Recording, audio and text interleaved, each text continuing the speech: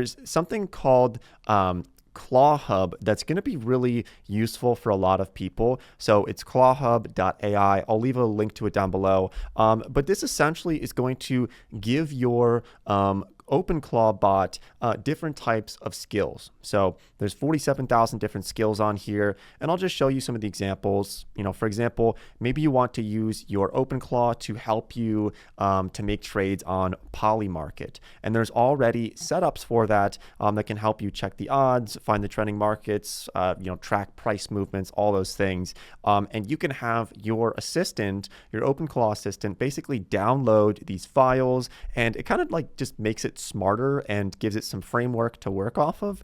So you can go through and browse some of these, but the one that we're actually going to be doing is called GOG, which is kind of a weird name for it. But let me find it here. It's right here. And this is going to help connect our Google Workspace, our email, our Google Drive, everything to our OpenClaw bot.